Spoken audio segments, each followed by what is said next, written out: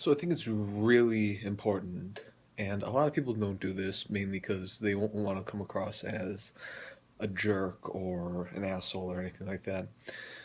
But it's very important to be particular about who you surround yourself with. The kind of people you hang out with, the kind of people that you just talk to on a daily basis. Um, I just started college. I'm a couple months in. And a lot of people I meet, I find myself being okay with it at first. Being able to talk to them and be around them. And it seems like, okay, yeah, I'm gaining some friends, I'm gaining some acquaintances, but then I start to realize they're pessimistic, they're unhealthy, they have toxic habits, and I find myself starting to distance myself from them. And I know that I'm making the impression of that I'm being an asshole, that I'm being a jerk, that I'm distant, that I'm antisocial, all these negative stigmas that come with people who distance themselves from other people. Most of the time I'm in my dorm studying.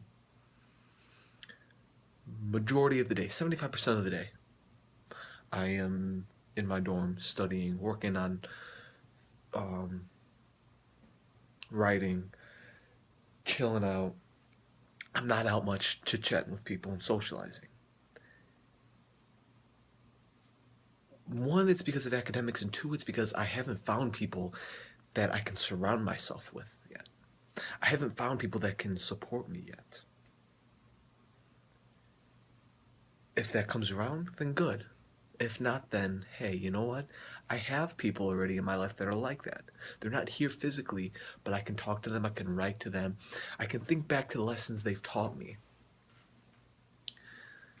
And that's one of the important things. When you have people that support you and keep you strong, you need to keep them in your life. But if you have people that are toxic, if you meet someone and it seems like they're great at first, it seems like they're really friendly, they seem real great, but that doesn't mean you have to commit yourself to them automatically. That doesn't mean that you have to automatically be a part of their life from here on out. You can have one conversation with someone and it seems great. But if you start to take notice of habits that you don't like about them, if you start to take notice about things that start to bring you down about them, then distance yourself. You're not an asshole, you're not a jerk, you're not a bitch about it. You're being selfish about it, and that's okay. Because you need to work on yourself, you need to keep yourself healthy, you need to keep yourself motivated, optimistic, and not pessimistic. There's so much pessimism out there. And don't try to change the person's attitude. Don't try to tell them that they should think a certain way. Don't try to tell them that they need to stop doing certain things, because that's how you make enemies. Make you don't That's the big thing about it. You don't have to make enemies out of this process. You can have acquaintances and friends, but you don't have to have enemies, because there's a certain way you can go about it. You can be a little curt with them. They ask how things are going, you say good.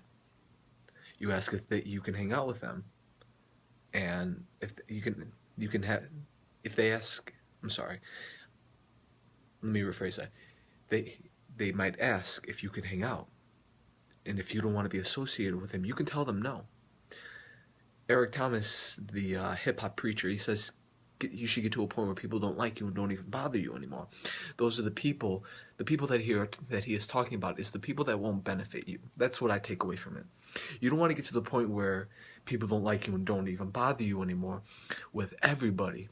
You want to get to the point where the people that don't benefit you don't bother you anymore, because you don't need them in your life, and they come to realize that. Because after a while they will. And they won't be bitter about it. If they are, it won't be for long. And if it is in certain cases that they are bitter about it and hold that bitterness, you won't even realize it. You won't be affected by it at all.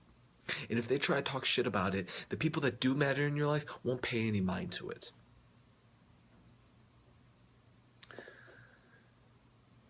So that's my little rant on who you should surround yourself with, who you should be building your new life with, or your current life, rebuilding. You should always be building and working on things. Your work is never done when it comes to constructing a better life for yourself. Your work is never done when it comes to making things better for you. It should always be constant work, constant deconstruction and reconstruction. Deconstruction of removing people and reconstruction of finding new people, or not finding anyone new at all. Perhaps you already got that dream team. Perhaps you already have that clientele, that group of friends that works for you. Perhaps you already have that, and that's fine. If you got that, great. But if you don't, and you need to start looking, then keep looking. Be a little selfish about it.